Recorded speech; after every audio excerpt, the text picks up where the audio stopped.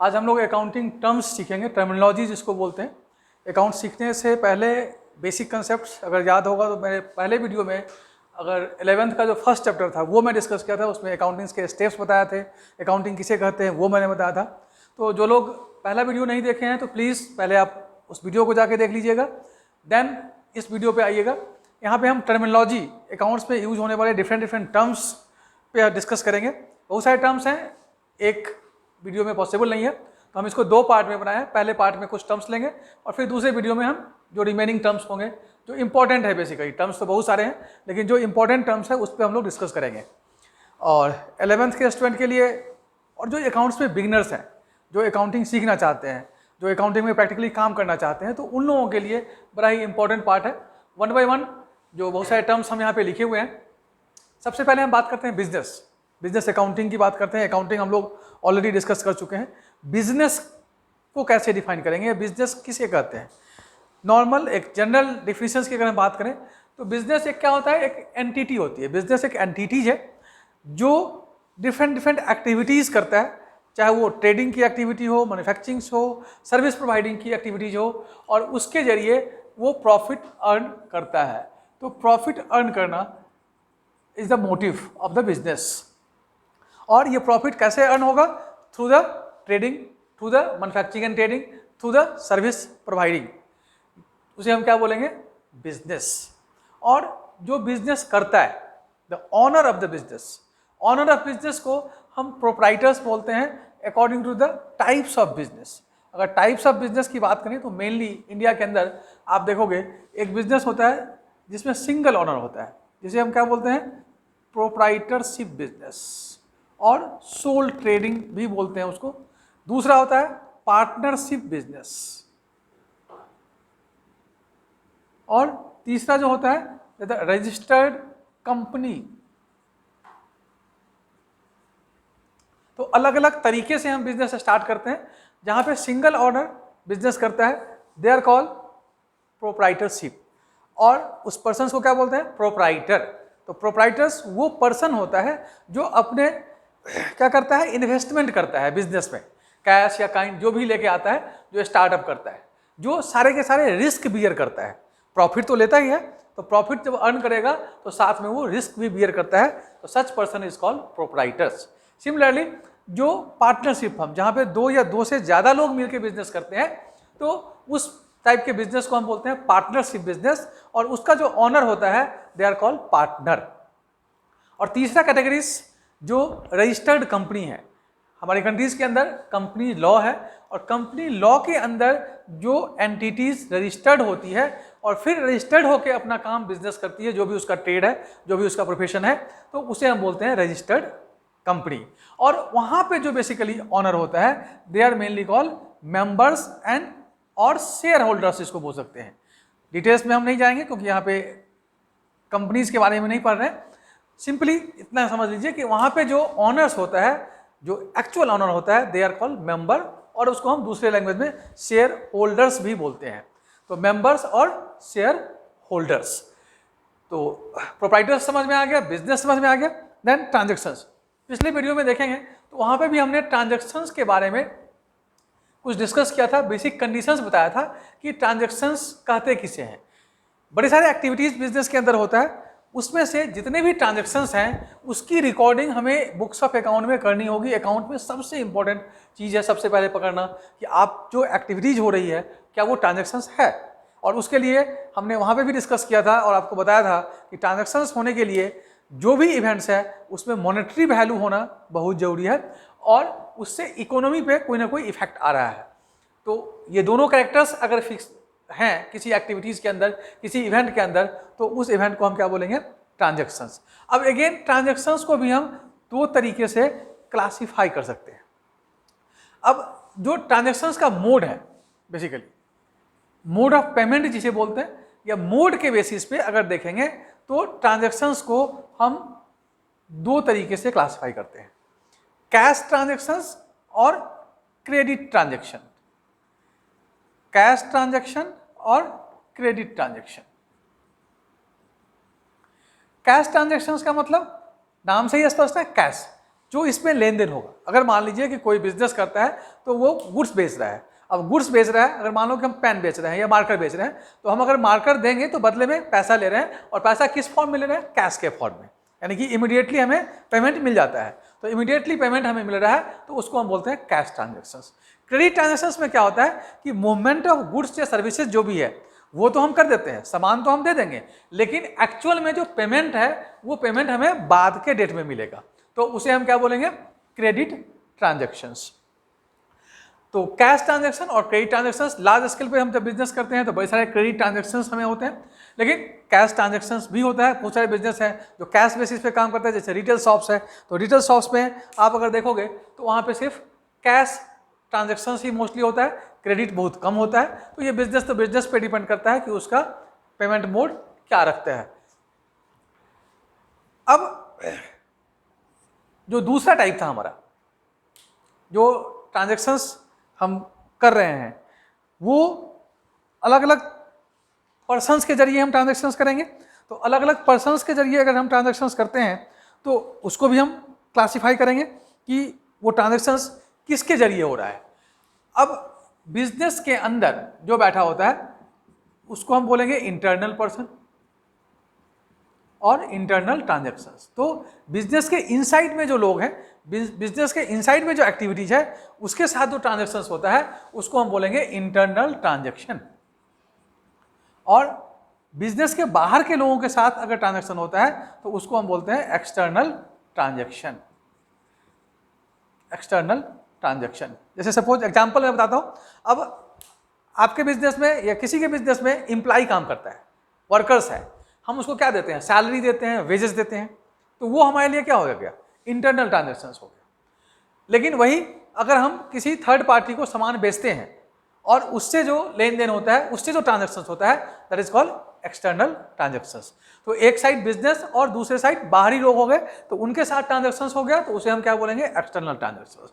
लेकिन दोनों बिजनेस और बिजनेस के इनसाइड में जो अकाउंट्स है और पर्सन्स हैं उसके साथ ट्रांजेक्शन्स हुआ तो उसको हम बोलेंगे इंटरनल ट्रांजेक्शन्स। अब प्रोप्राइटर्स हम लोग देख चुके हैं। प्रोप्राइटर्स वो पर्सन होता है जो बिजनेस में क्या करता है? इन्वेस्ट करता है। और जो इन्वेस्ट होता है बेसिकली बिजनेस के अंदर जो इन्वेस्टमेंट होगा उसे हम क्या बोलेंगे? कैपिटल। और इन्वेस्ट कौन करेगा? तो इन्वेस्टमेंट मेड बाय प्रोप्राइटर और ऑनर। तो जो ऑनर है, ऑनर बिजनेस के अंदर जो कुछ भी इन्वेस्ट करता है, चाहे वो कैश के रूप में इन्वेस्ट करे, चाहे वो काइंड के रूप में इन्वेस्ट करे। सपोज करो कि एक ज्वेलरी शॉप किसी ने ओपन किया और अपने घर के ज्वेलरी को वो क्या करता है? अपने बिजनेस के काउंटर पे ले जाके रख देता है। तो इसका मतलब उस ज्वेलरी की जितनी वैल्यू हो गई वो किसको दे दिया? बिजनेस को दे दिया। और वो क्या कहलाएगा बिजनेस के लिए? कैपिटल। और ऑनर के लिए क्या कहलाएगा? इन्वेस्टमेंट। तो स्टार्टिंग में ही हमने कहा कि बिजनेस क्या है? एक एंटिटी है। और आगे हम लोग जब कंसेप्ट पे चलेंगे तो देखेंगे सेपरेट एंटिटी कॉन्सेप्ट। वहाँ पे हमेशा जब हम अकाउंटिंग करते हैं तो बिजनेस को एक अलग पर्सन, अलग एंटिटी मानेंगे और बिजनेसमैन को एक हम अलग एंटिटी मानेंगे। तो बिजनेसमैन जो कुछ भी बिजनेस के अंदर इन्वेस्ट करेगा they are combinedly called capital. ठीक इसका उल्टा ड्राइंग।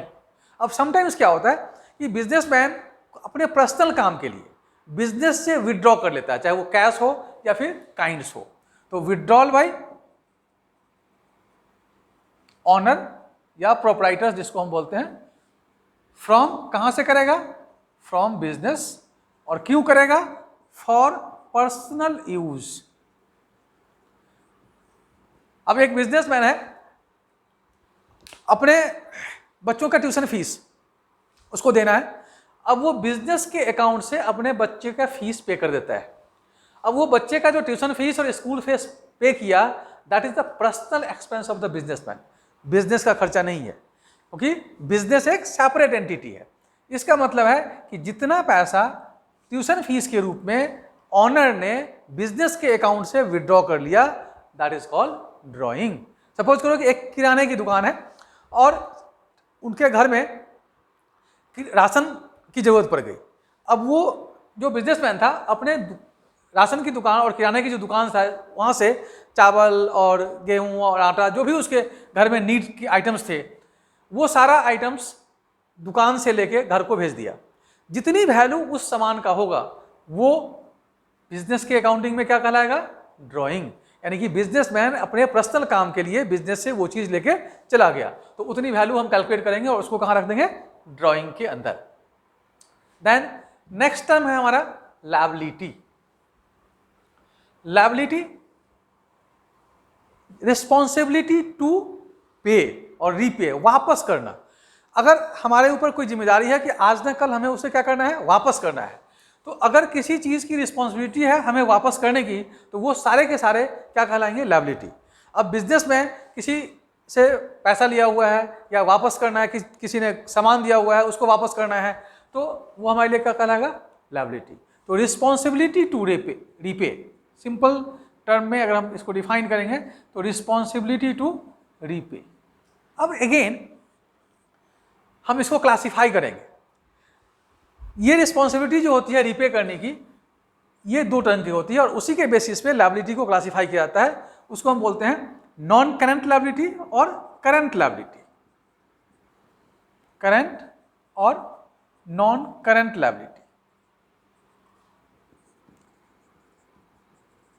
अब ये करंट और नॉन करंट का जो डिस्टिंग्विश होगा वो टाइम बेसिस पे डिस्टिंग्विश होगा कि अगर कोई लायबिलिटी, जो रिस्पॉन्सिबिलिटी टू रीपे है विद इन 12 मंथ, 12 महीने के अंदर अंदर अगर हमें उसको वापस करना है, ऐसा टर्म्स एंड कंडीशंस है, तो वो सारी की सारी जो रिस्पॉन्सिबिलिटी होगी, वो सारी की सारी जो रीपे करने की लायबिलिटी होगी हमारी, they are called current liabilities. Non current liabilities, ठीक इसका opposite, responsibility to repay after 12 month, after 12 month. जैसे सपोज करो कि एक बिजनेस ने बैंक से 5 साल के लिए लोन लिया, तो वो हमारे लिए क्या कहलाएगा, नॉन करंट लायबिलिटी। लेकिन वही बिजनेस 6 महीने के लिए किसी से लोन लेता है या बैंक से लेता है, तो वो अमाउंट बिजनेस के लिए क्या कहलाएगा, करंट लायबिलिटी। जैसे क्रेडिट पे सामान परचेज कर लिया और 3 महीने का क्रेडिट पीरियड है, तो 3 महीने बाद आपको उस सामान की जो वैल्यू होगी उसे रीपे करना होगा, तो उसे हम क्या बोलेंगे, करंट लायबिलिटीज। तो टाइम फैक्टर्स के हिसाब से हम इसको डिस्टिंग्विश करते हैं कि payment within the 12 month करना है या आफ्टर 12 मंथ करना है। अगर within 12 month then current liabilities, और आफ्टर 12 मंथ तो नॉन करंट लायबिलिटीज।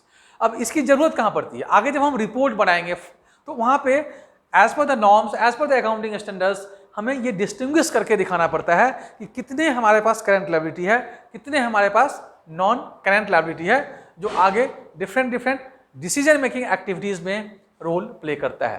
अगेन इसको हम एक दूसरे तरीके से भी क्लासिफाई करते हैं और उसके अकॉर्डिंगली हम इसको बोलेंगे इंटरनल लायबिलिटी और एक्सटर्नल लायबिलिटी। इंटरनल और एक्सटर्नल लायबिलिटीज।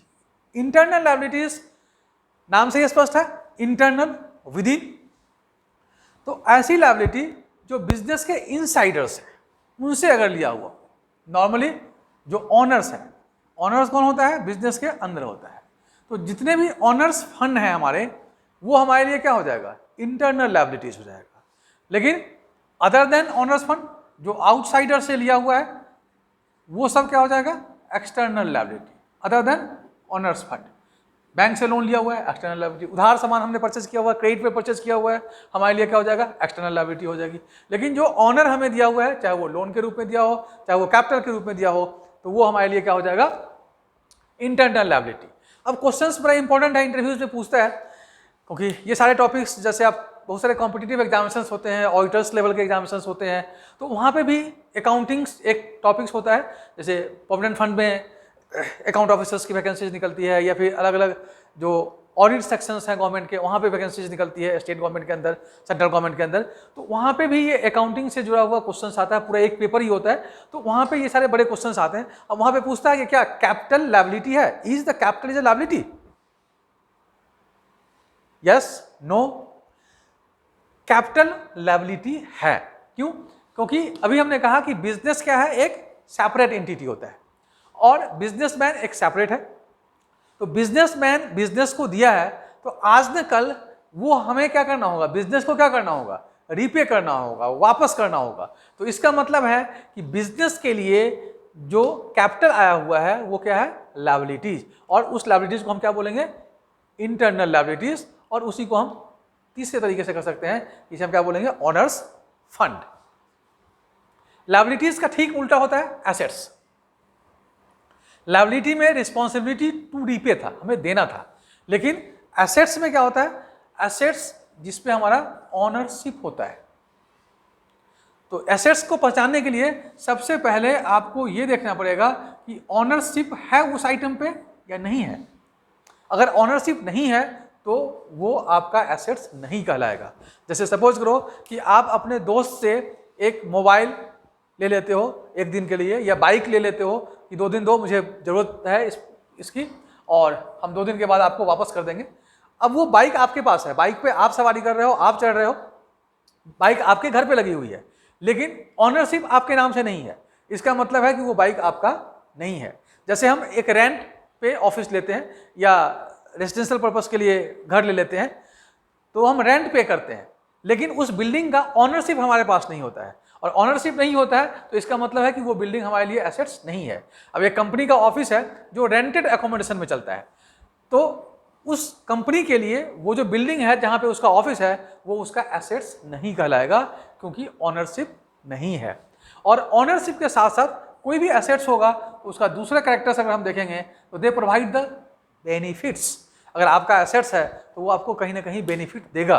जैसे अगर उसी कंपनी का वो अपना बिल्डिंग होता तो रेंट क्या हो जाता, सेव हो जाता, रेंट बचता, तो बेनिफिट है। उसका अपना कोई भी सामान, अगर अपना बाइक है, आप कल को उसको बेचोगे तो क्या होगा, उससे प्रॉफिट होगा या बेनिफिट होगा। हम आपको यूज कर रहे हैं तो यूज करने से कहीं ना कहीं हमें उससे क्या मिलेगा, बेनिफिट मिलेगा। तो 2 चीज़ हमेशा आपको चेक करना होगा कि कोई भी आइटम है उस पर ऑनरशिप है, ऑनरशिप है तो निश्चित है कि वो एसेट्स आपका होगा, और अगर ऑनरशिप है तो कहीं ना कहीं आप उससे बेनिफिट डिराइव कर रहे होंगे। अगेन लायबिलिटी की तरह इसको भी हम क्लासीफाई करेंगे, और सेम वहाँ पे करंट लायबिलिटी था, यहाँ पे हम क्या बोलेंगे, करंट एसेट्स और non current assets. Modern accounting में हम इसको नॉन करंट एसेट बोलते हैं। बहुत जगह आप इसको फिक्स एसेट्स भी लिखा हुआ देखेंगे। पहले हम लोग इसको फिक्स एसेट्स टर्म यूज करते थे, तो नॉन करंट एसेट्स और फिक्स एसेट्स सेम चीज होता है, तो कंफ्यूज मत कीजिएगा। अगेन लायबिलिटी की तरह ही इसका भी डिस्टिंग्विश होगा करंट और नॉन करंट एसेट्स का। अब हमने क्या कहा कि एसेट्स है तो सच एसेट्स प्रोवाइड द बेनिफिट्स। अगर बेनिफिट्स, पूरा का पूरा बेनिफिट्स हम 12 मंथ के अंदर अंदर एक्वायर कर लेते हैं, बेनिफिट रिसीव्स और टोटल बेनिफिट्स और full benefit received with in 12 month, तो हम उसे क्या बोलेंगे, करंट एसेट्स। लेकिन वही बेनिफिट और यूज मोर देन 12 मंथ होता है तो हम उसे क्या बोलेंगे, non current assets. Just for example, अब सपोज कीजिए कि एक इलेक्ट्रॉनिक्स का शॉप है और उस शॉप पे बड़े सारे एसी हैं, फैन है, डिफरेंट टाइप्स ऑफ कूलर्स हैं। वो एसी, वो फ्रीज या टीवी जो इलेक्ट्रॉनिक्स के दुकान पे है, वो जैसे ही बिकेगा दे गेट द प्रॉफिट्स, जो उसका बेनिफिट्स है उसको बेनिफिट मिल जाएगा।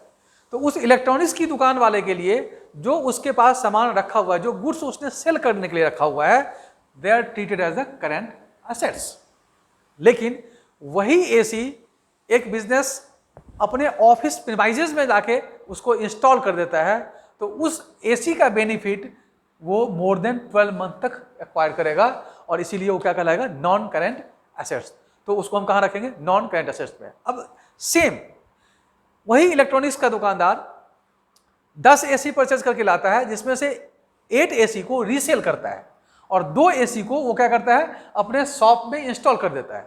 तो जो 2 एसी इंस्टॉल हो गया उसके शॉप पे, उसका बेनिफिट उसको 12 महीने से ज़्यादा मिलेगा। इसका मतलब है कि 2 AC that install their shops that are treated as non current assets. लेकिन 8 एसी जो रीसेल करने के लिए काउंटर पे रख दिया, that become the current assets. तो इस ढंग से आपको डिस्टिंग्विश करना पड़ेगा। एक और तरीके से क्लासिफिकेशन, बड़े तरीके से हम क्लासिफिकेशन कर सकते हैं। एक और क्लासिफिकेशन फिलहाल डिस्कस करेंगे हम लोग इस पर। अब कुछ एसेट्स ऐसा है जो नेकेड आइज से आप उसको देख सकते हैं, टच करने के बाद आप फील कर सकते हैं कि ये कुछ है, उसका कुछ शेप एंड साइज है। लेकिन कुछ ऐसे भी एसेट्स हैं जिसको कि हम खुले आंख से, नेकेड आई से नहीं देख सकते हैं, उसको टच करके हम फील नहीं कर सकते हैं, और ऑन दैट बेसिस हम जो एसेट्स को क्लासिफाई करेंगे दैट इज कॉल्ड टेंजेबल और intangible assets. Intangible assets again इसकी जरूरत हमें कहाँ पड़ती है, जैसे हमने कहा था कि लायबिलिटी के टाइम पे कि जब लायबिलिटी की क्लासिफिकेशन कर रहे हैं तो रिपोर्टिंग में हमें करंट, नॉन करंट ये सब कुछ हमें स्पेसिफाई करना होता है। तो वैसे ही जब हम रिपोर्टिंग करते हैं, खास करके कंपनीज की रिपोर्टिंग होती है, कंपनीज का जब फाइनल अकाउंट और स्टेटमेंट तैयार होता है तो वहाँ पे हमें टेंजेबल और इनटेंजेबल के रूप में क्लासिफाई करके बताना होता है कि कितने एसेट्स हमारे टेंजेबल फॉर्म में हैं, कितने एसेट्स हमें इनटेंजेबल एसेट के तौर पे है। टेंजेबल जो विजिबल है, टच आफ्टर फील। अब नेकेड आई से जो कुछ भी तुम देख लोगे, पहचान लेंगे, वो सब के सब क्या है, टेंजेबल है। जैसे टेबल है, चेयर है, एसी है, बिल्डिंग्स है, दिस ऑल आर द टेंजेबल्स। लेकिन क्या कुछ ऐसा एसेट्स भी है जो दिखता ही नहीं है? अब दिखता नहीं है तो फिर एसेट्स कैसे हो गया?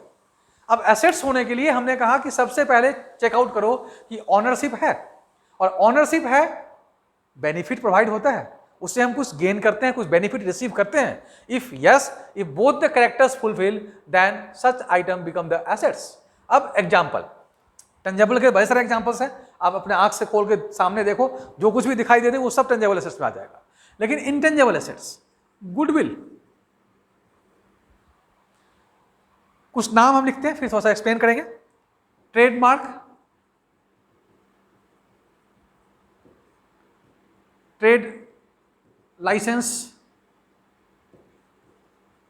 कॉपीराइट,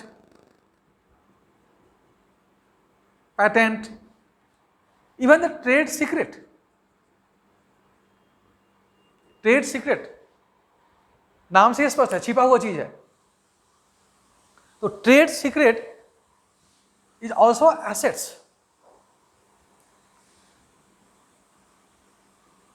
ब्रीफ में हम हर एक टर्म्स को एक्सप्लेन कर देते हैं थोड़ा सा कि कैसे ये एसेट्स है। गुडविल, सबसे पहले हम गुडविल की बात करते हैं, जो अकाउंटिंग में हमारे पास आएगा, बार बार ये टर्म यूज होगा, खास करके जब आप पार्टनरशिप अकाउंटिंग करते हैं या कम, तो वहाँ पे वैल्यूएशन वगैरह निकालना होता है। तो हर एक बिजनेस का क्या होता है, गुडविल होता है। गुडविल का मतलब क्या, हिंदी में उसको बोलते हैं ख्याति। आपका जो पब्लिसिटी है, लोग जो आपको जानते हैं, दैट इज कॉल्ड गुडविल। तो आपकी पहचान, आइडेंटिटी, उस आइडेंटिटी को हम क्या बोलते हैं, गुडविल। अब ये एसेट्स कैसे है, ये एसेट्स कैसे है, जस्ट एक एग्जांपल के तरीके आप समझने की कोशिश कीजिए। सपोज करिए कि एक मिठाई की दुकान है, वो स्वीट शॉप पिछले 30 साल से, लाइक हल्दीराम, बीकानेर, ये शॉप 2500 साल से मार्केट में एस्टेब्लिश्ड है। अब उस शॉप का ऑनर आज के डेट में ये डिसाइड करता है कि मुझे इस शॉप को बेच देना है। एक मिस्टर एक्स है, he wants to acquire such sweet shop from Bikaner. उस शॉप के अंदर जो टोटल प्रॉपर्टी है, जो स्वीट्स हैं, इंफ्रास्ट्रक्चर्स है, उस सब की जो वैल्यू है दैट इज 10 लाख। लेकिन उस बीकानेर का ऑनर उसको कहता है कि आप मुझे 12 लाख रुपीस दोगे तभी मैं ये शॉप आपको दूंगा। अब मिस्टर एक्स ये सोचता है कि 10 लाख की संपत्ति है, उसमें 10 लाख का ही एसेट्स है, फिर मैं 12 लाख क्यों दूं? ये जो 2 लाख रुपीज है that is excess charge by the Bikaner owner as a goodwill. अब इसको हम एसेट्स कैसे मानेंगे, उस पे आते हैं। मिस्टर एक्स ने क्या सोचा, he has 2 options, start a new business X Sweets House. Second options, paid 12 lakh rupees and acquire Bikaner. Now, in the first options, same locations, same localities, X start on the own name the sweet house. It may be possible कि he sell 10,000, 20,000 or lesser amounts, or it may be possible initially in the first month they got very few customers. In that circumstances, their profit will very less. But if Mr. X goes on the second options, paid 12 lakh rupees to Bikaner and acquired the Bikaner shop, the all customers of Bikaner come very first day. If the Bikaner has 10,000 customers, then very first day 10,000 customers visit at that shop and Mr. X get the profit on such transactions. इसका मतलब क्या हो गया कि mister x को 10,000 customers लाने के लिए हो सकता है कि अगर अपने ब्रांड से अपने नाम से अगर उन्होंने दुकान खोला तो 6 महीने साल भर लग जाएंगे, लेकिन यहाँ पे क्या होगा, यहाँ पे पहले दिन से ही वेरी फर्स्ट डे उनको इतने कस्टमर्स जो पहले से बने हुए हैं वो मिल जाएंगे। इसका मतलब है कि वो क्या था, बीकानेर का गुडविल था, जिसके वजह से वेरी फर्स्ट डे आपको इतने का सेल हो गया, इतने कस्टमर्स आपके पास आ गए और उसी का तो ये एक्स्ट्रा चार्ज मांग रहा है। इसका मतलब बीकानेर वाला जो 2 लाख रुपए एक्स्ट्रा मांग रहा है, दैट इज द गुडविल और एसेट्स था उसका, इसीलिए मांग रहा था। बेच रहा है तो वैल्यू मिल गई, दोनों कैरेक्टर्स हो गए, ऑनरशिप है उसके पास, उस राइट को बेच रहा है, उस राइट को बेच रहा है, इसके लिए वो 2 लाख रुपए एक्स्ट्रा चार्ज कर रहा है, that means get the benefit और so fulfil the condition of the assets, और गुडविल क्या बन गया, हमारा एसेट्स बन गया। तो वैसे ही बड़े सारे एग्जांपल्स हैं, जैसे ट्रेडमार्क है, ट्रेड लाइसेंस है, कॉपीराइट है, पेटेंट है, तो इतने डिटेल्स में नहीं जाएंगे। आप लोग इस टर्म्स को कहीं ना कहीं मीनिंग्स ढूंढिएगा, अगर समझ में नहीं आएगा तो आप जरूर मुझसे पूछेंगे, मैं एक्सप्लेन कर दूंगा 1 by 1। और ऐसे ही ट्रेड सेक्टर थे, तो फ्यू एग्जांपल्स हमने दे दिया आपके लेवल पे। अगर पूछता है कि which one is the intangible assets, 4 नाम दे देंगे ऑप्शंस में, और उसमें से इनमें से कोई भी अगर आता है, मेनली ऑप्शंस में आपके पास यही सारे ऑप्शंस आएंगे। तो इतने सारे टर्म्स हमने डिस्कस आज के डेट में किया, इसको एक बार आप गो थ्रू करें। जो रिमेनिंग टर्म्स है उसको हम लोग नेक्स्ट पार्ट में यानी कि पार्ट 2 में कंप्लीट करेंगे और फिर प्रैक्टिकल पोर्शंस की तरफ मूव करेंगे। फ्रेंड्स, अगर ये वीडियो अच्छा लगा, आपके लिए यूजफुल है, तो ज़रूर सब्सक्राइब कीजिएगा, बेल आइकन ज़रूर प्रेस कर लीजिएगा, ताकि जो नेक्स्ट वीडियो हमारा आया है वो आपके पास उसकी इंफॉर्मेशंस इमीडिएटली मिल जाए। तब तक के लिए थैंक यू वेरी मच।